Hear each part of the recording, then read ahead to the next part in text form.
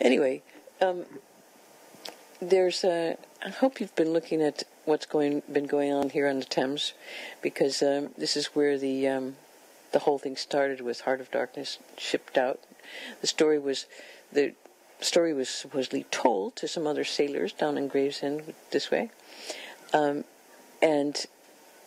some guys that are just sitting around the ship telling the stories. And there's something to me that about a river and stories, or a river and music, that is so wonderful. I live next to the Hudson River in New York, and this is pretty much my view.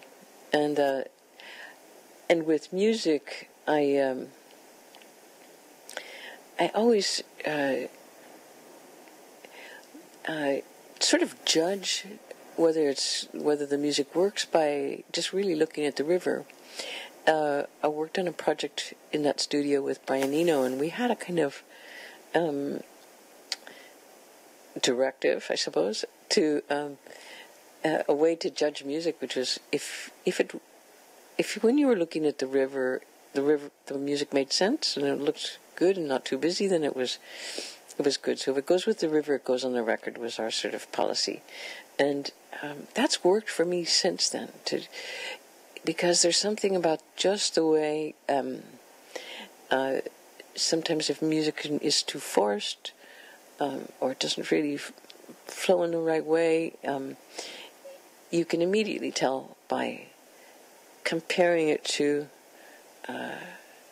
the water in the river. So that became my way of looking at things. But also, almost every time I start something,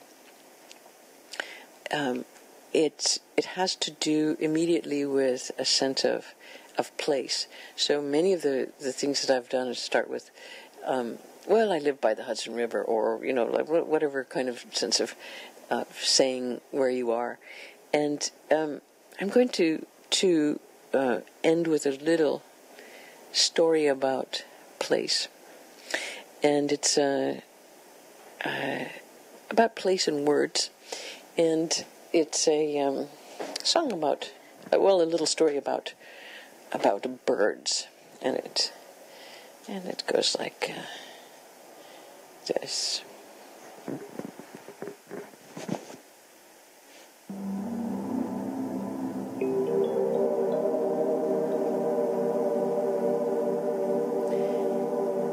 There's a story in an ancient play about birds called The Birds.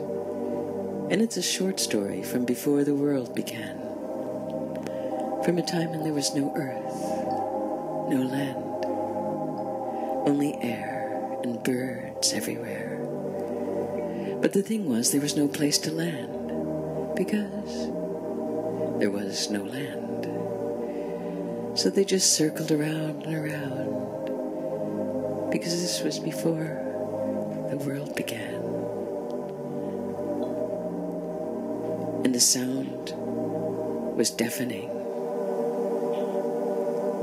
And songbirds were everywhere. Billions and billions and billions of birds. And one of these birds was a lark. And one day, her father died.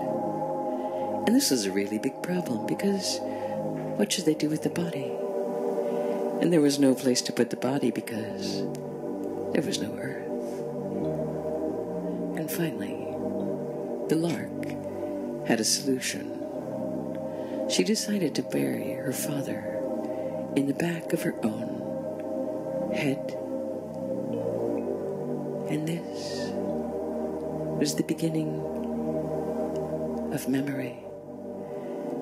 Because before this, no one could remember a thing. They were just constantly flying in circles, constantly flying in huge circles.